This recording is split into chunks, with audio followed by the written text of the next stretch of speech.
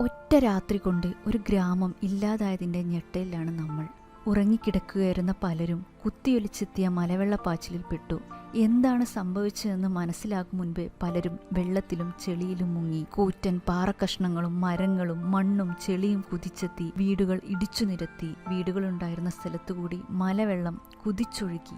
ഇനി കുറച്ചു കാലം മുല്ലപ്പെരിയാറും കസ്തൂരിരംഗനും ഗാഡ്ഗിലും പശ്ചിമഘട്ട സംരക്ഷണവും ബഫർ സോണുമൊക്കെ ചർച്ചകളിൽ കൊഴുക്കും. കുന്നിടിക്കലും അനധികൃത നിർമ്മാണവും ക്വാറി പ്രവർത്തനവുമെല്ലാം പൊടിതട്ടി ചർച്ചയുടെ താളത്തിലേക്ക് വീണ്ടും വരും. പിന്നെയെല്ലാം മറവിയിലേക്ക്. ഉരുൾപൊട്ടൽ ആൾക്കാരെ മാത്രമല്ല, ഒരു പ്രദേശത്തെയാകെ സസ്യജന്തുജാലങ്ങളെ ഉൾപ്പെടെ കവർന്നെടുക്കുകയാണ് ചെയ്യുന്നത്. സന്നദ്ധ സംഘടനകളുടെ പ്രവർത്തകർ കൈമൈ മറന്ന് പ്രതികൂല സാഹചര്യങ്ങളിലും ദുരന്തഭൂമിയിൽ കർമ്മനിരതരാവുന്നു. ജനങ്ങൾ വെറും സാധാരണ മനുഷ്യരായി മാത്രം മാറുന്ന കാഴ്ചയാണ് എങ്ങും.